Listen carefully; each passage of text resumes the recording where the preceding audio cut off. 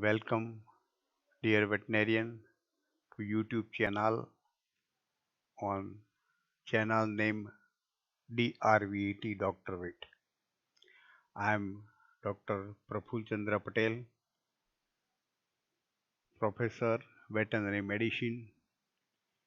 Today's lecture is on grain overload in ruminants.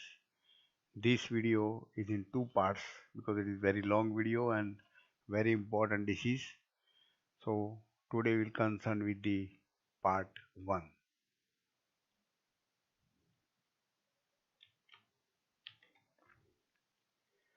There are many synonyms of this grain overload in ruminants.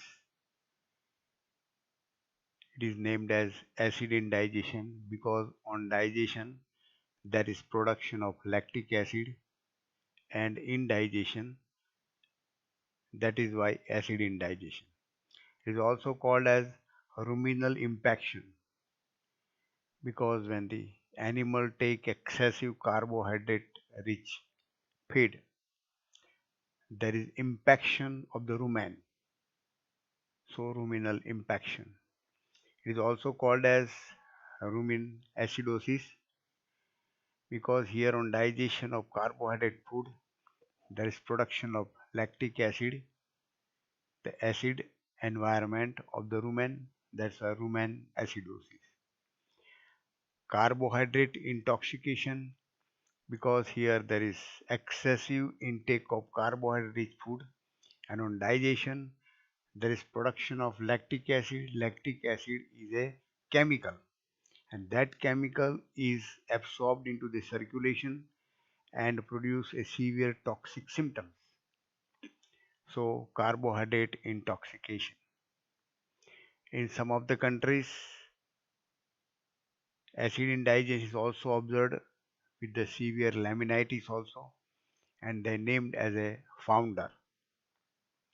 Rumen overload, when animal take excessive carbohydrate food, the rumen become full of the fluid, and that's why it is called as rumen overload.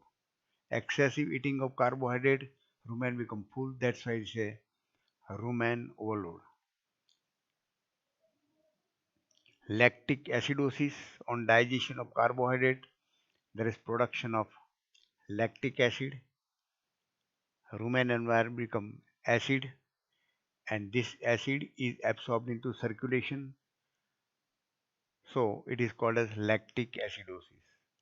Ruminant carbohydrate engorgement, excessive intake of carbohydrate engorges and impact the rumen, so ruminant carbohydrate engorgement.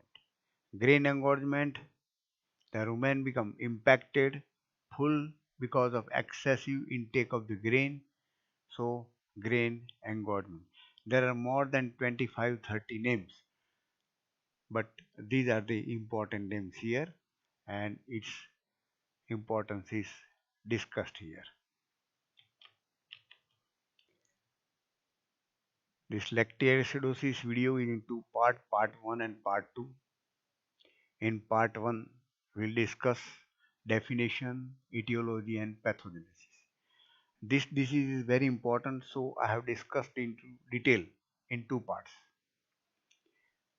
The disease produced acute, subacute or chronic symptoms in ruminants. Commonly affected cattle, buffalo, goat and sheep, the ruminants. Caused by a very important etiology, excessive feeding of carbohydrate rich diet. This is very important etiology.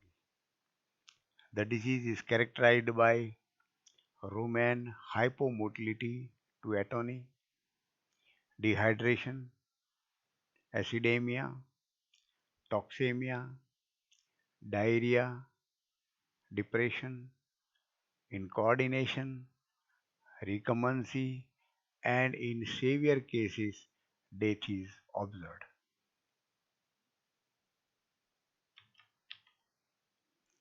etiology of lactic acidosis. There is accidental sudden ingestion, or sometimes the owner is very enthusiastic for overfeeding of large quantities of readily digestible and rapidly fermentable carbohydrate rich feed, such as carbohydrate rich grains, wheat, rice, bajra, jowar, barley, and corn. So here large quantities of carbohydrate rich feed is an important etiology. Then another condition for this development of disease by unaccustomed animal, means when the animal are not used to take large quantities of carbohydrate food, they suffer more. Second condition, larger than normal amount of carbohydrate food. The finely ground or flour grain are more toxic because they provide more areas and surface for the digestion. Morbidity 10 to 50%. See the seriousness of disease. Case fatality 30 to 40% in treated cases and up to 90% in untreated cases. So disease is very severe. It produces severe symptom. Mortality is more, and frequently such cases are occurring in the field, especially after ripening of the crop on wheat or jowar or bajra, etc.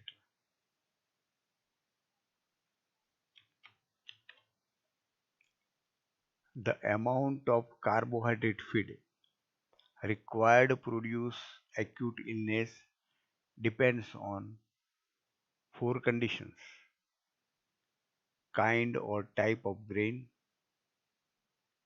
its digestibility, how much fast it is fermented, so type of grain, previous experience or accustomed animals with carbohydrate rich grains, nutritional status and condition of animal, and nature of the ruminal flora.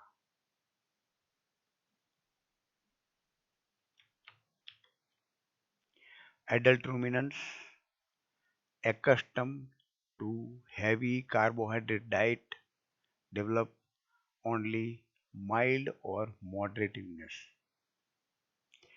whereas non-accustomed means they are not used to take more quantity of carbohydrate may become acutely ill.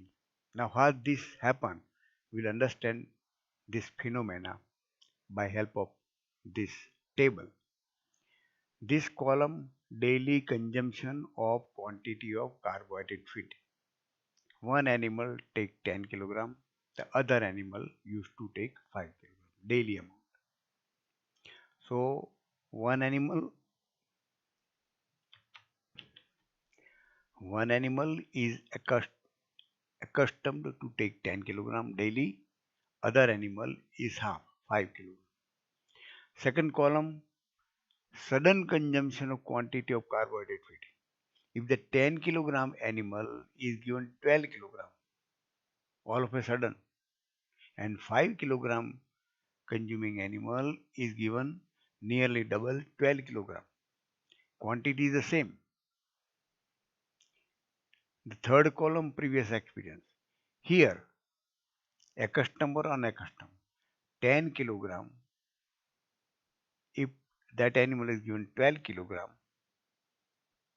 the animal is accustomed, not much difference. So here the animal manifest mild symptoms.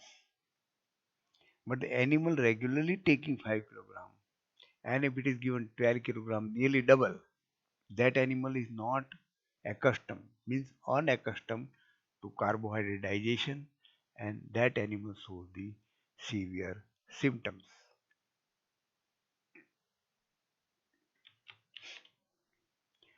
Pathogenesis of acid indigestion or grain overload.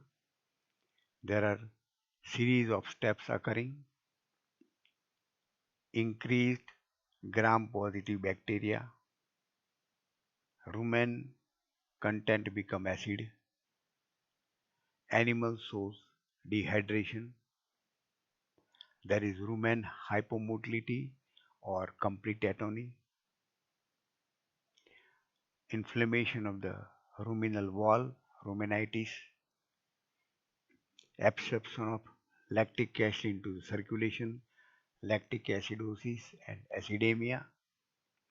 Inflammation of the sensitive laminae of the foot, laminitis. Degeneration of central nervous system, polyencephalomalacia, and there are several pathophysiologic consequences of this severe disease.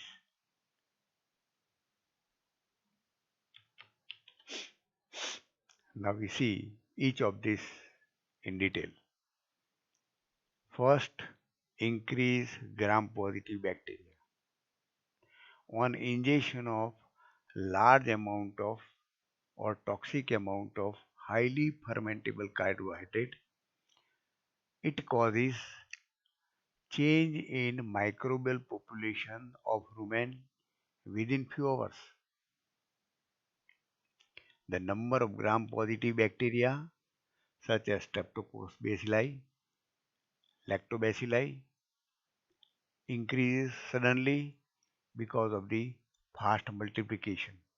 So here gram-positive bacteria predominates. These gram-positive bacteria produce large quantities of lactic acid, L and D lactic acid. Death of the gram-negative bacteria, there is release of endotoxin. This toxin is absorbed into circulation and toxicosis. Similarly, this lactic acid is also absorbed into circulation, produce lactadisosis.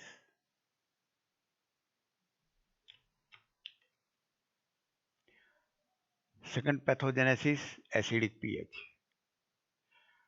Due to overproduction of lactic acid, the rumen pH falls below 5. This acidic pH destroys the normal protozoa of the rumen. It also destroys cellulose digesting organism. It also destroys lactate utilizing organism, and it impairs the ruminant motility, maybe hypomotility or atony. The third pathogenesis, dehydration. Lactic acid of the rumen increases the osmotic pressure of the rumen fluid. The rumen fluid become hypertonic, which results in accumulation of excessive quantities of fluid into the rumen from the circulation. So fluid is withdrawn from circulation into the rumen, and this causes fluid ruminal contents, and there is marked dehydration in the circulation. Dehydration leads to oliguria or anuria. In this dehydration, the water is lacking in the circulation. Water is not lost outside the body. Water is accumulated in the rumen, but there is manifestation of dehydration because of lack of water portion in the circulation.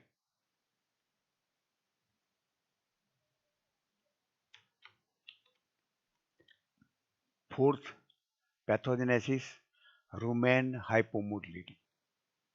The lowering of the pH causes decrease in amplitude and frequency of rumen motility or atony.